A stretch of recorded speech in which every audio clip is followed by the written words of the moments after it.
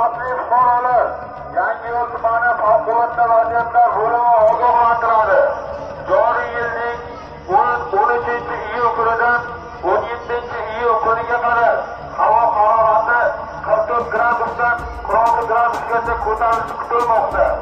Shu munosabat bilan soat 12:00 dan 16:00gacha zarurat bo'lmasa ko'chaga chiqmaslikni, ayniqsa bolalaringizni issiqda qoldirmasligingizni hamda quyosh ta'sirida qolgan oziq-ovqat va ichimlik mahsulotlarini iste'mol qilmasligingizni so'rab qolamiz. O'zingiz va yaqinlaringizni salomatligini. Hurmatli yurtdoshlar, ushbu ogohlantirishni jiddiy qabul qiling.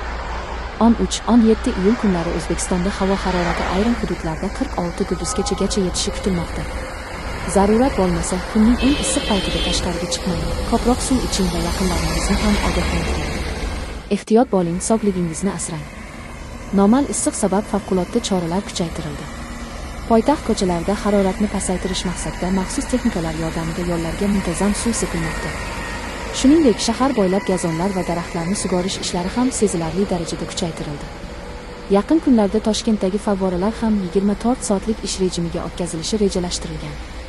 Bu choralar kuchli jazirama ta'sirini kamaytirish va shahar aholisiga qulaylik yaratish uchun amalga oshirilmoqda. Videoga like bosishni unutmang. Bu yangilik ko'proq odamlarga yetib borishiga yordam beradi. Eng so'nggi dunyo va O'zbekiston yangiliklari uchun kanalimizga albatta obuna bo'ling.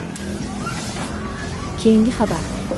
Tailand poytaxti Bangkok shahridagi barlardan birida kuchli yong'in yuz berdi. Dastlabki ma'lumotlarga ko'ra, yong'in oqibatida 27 kishi halok bo'lgan. Yana 8 kishi og'ir tan jarohati olib shifoxonaga yotqizilgan.